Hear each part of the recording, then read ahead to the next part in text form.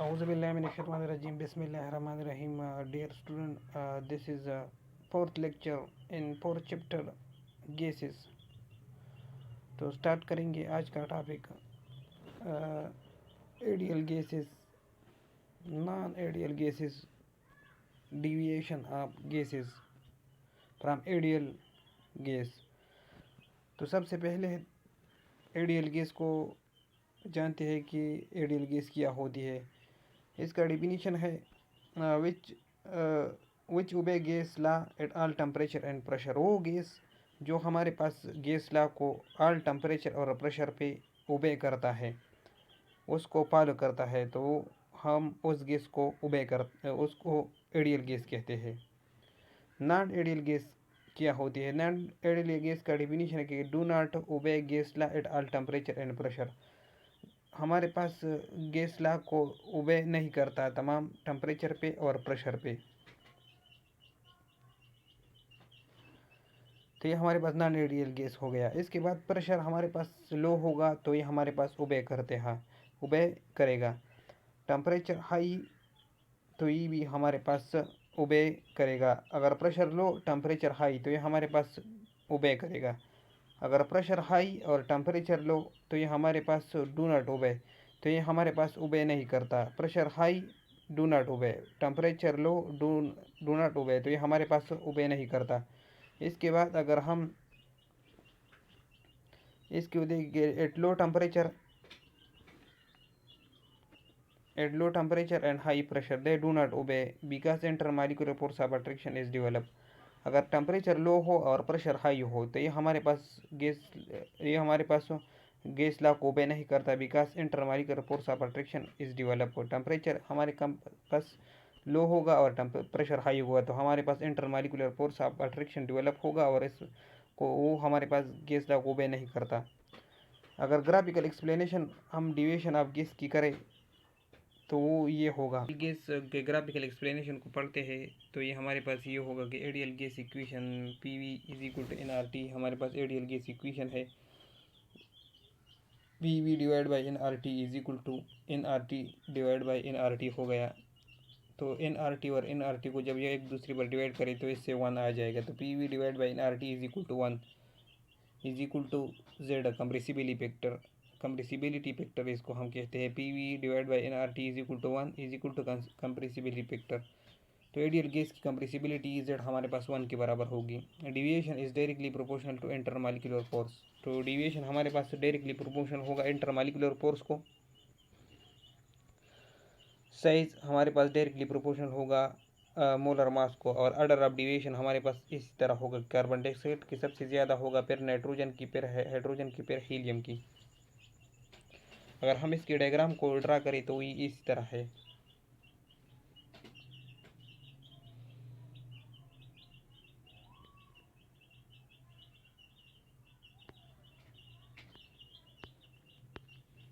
ये ideal gas हुआ। इसमें हमारे पास ये 3 गैस है। इसमें ये हीलियम,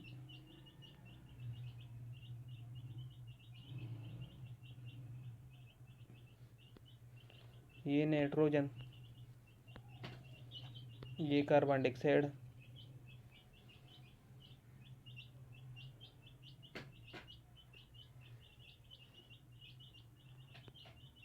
ये हीलियम। Z हमारे पास 1 से लेस देन होगा, इसको हम नेगेटिव डिविएशन कहते हैं। Negative deviation.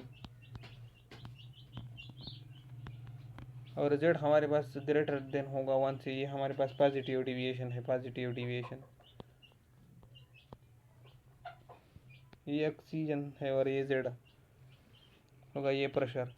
तो ये हमारे पास डायग्राम होगा। अगर आपको समझ नहीं आ गई तो मैं आपको फिर इसको समझा दूंगा कि इस तरह डायग्राम होती है। इसमें 3 गैस यूज करते हैं, ये नाइट्रोजन, ये कार्बन डाइऑक्साइड, ये हाइड्रोजन, ये हीलियम। ये हमारे पास Z1 से ग्रेटर होगा तो ये हमारे पास पॉजिटिव डिविएशन होगा यहाँ। Z1 से लेस देन होगा तो ये नेगेटिव डेविएशन होगा। ये प्रेशर होगा, ये ऑक्सीजन हो गया और ये कंप्रेसिबिलिटी फैक्टर। तो ये डायग्राम हो गया। इसके बाद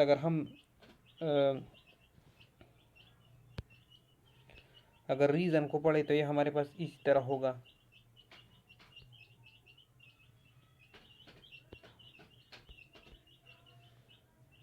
अगर रीज़न को हम पढ़े तो ये हमारे पास हीलियम इंटरमॉलिक्यूलर फोर्स वीकर होगा। मोस्ट आइडियल केस हमारे पास हीलियम हो।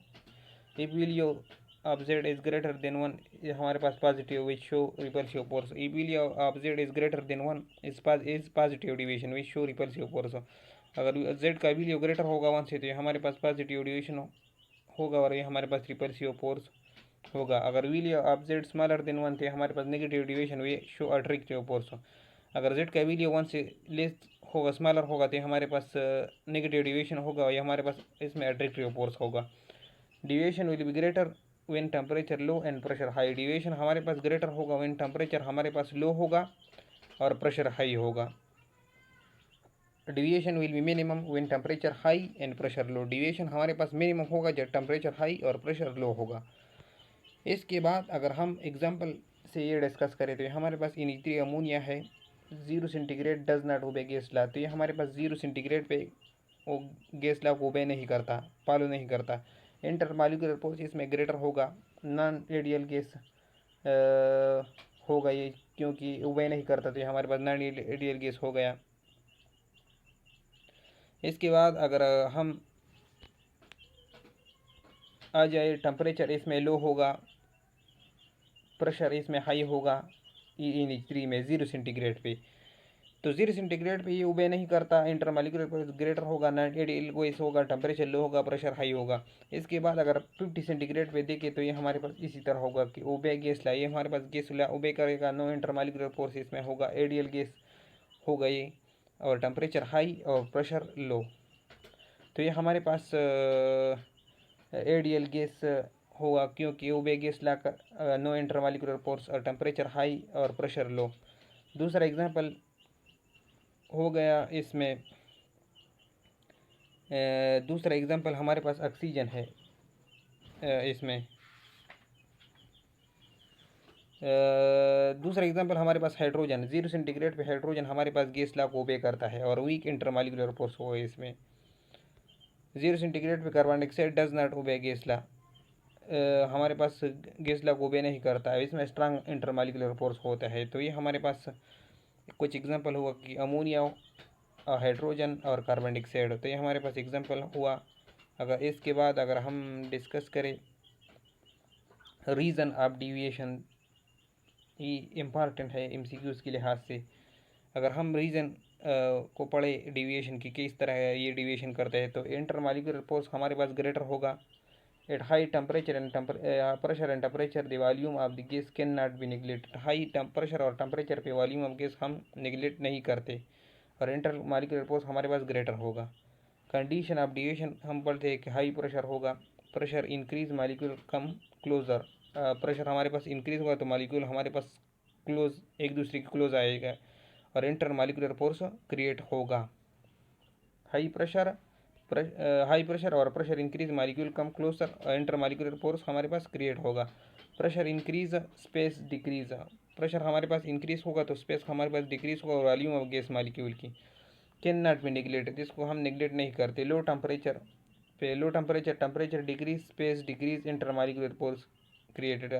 टेम्परेचर हमारे पास डिक्रीज होगा तो स्पेस हमारे पास डिक्रीज होगा, इंटरमॉलिक्यूलर फोर्स क्रिएट होगा। इसके बाद greater the melting point and boiling point अब gas stronger will be enter the intermolecular force. हमारे पास melting point and boiling point greater होगा तो हमारे पास स्ट्रांगर इंटरमॉलिक्यूलर फोर्स होगा। कंक्लूजन हम इसका पढ़ते हैं, ये लास्ट में है कि some postulate of kinetic molecule theory are particular रंग।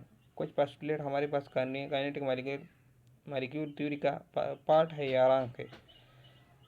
Volume of individual molecule are negligible. Volume of individual molecule की एक मॉलिक्यूल की वॉल्यूम हमारे पास नेग्लिजिबल है, कम है। No force of attraction and repulsion exist between molecule. हमारे पास force of attraction and repulsion molecule के दरमियान कोई अट्रैक्शन और रिपल्जन नहीं है। P V is equal to N R T, ये हमारे पास पार्टी है, ये गलत है। Ideal gas equation is not applied, ideal gas इस पर अप्लाइड नहीं है। Pressure high, temperature low, pressure high, temperature low is applied, ये हमारे पास अप्लाइड है। प्रेशर लो और टेम्परेचर हाई, तो ये हमारे पास अप्लाइड नहीं है। तो ये हमारे पास आइडियल और नॉन आइडियल गैस और डेविएशन पर आइडियल बिहेवियर। तो ये हमारे पास अहम टॉपिक था। अगर आपको इसमें कोई भी मसला हो तो हमसे कमेंट में पूछ सकते हैं। अगर आपने हमारे चैनल को सब्सक्राइब नहीं किया तो सब्सक्राइब करें। Thank you.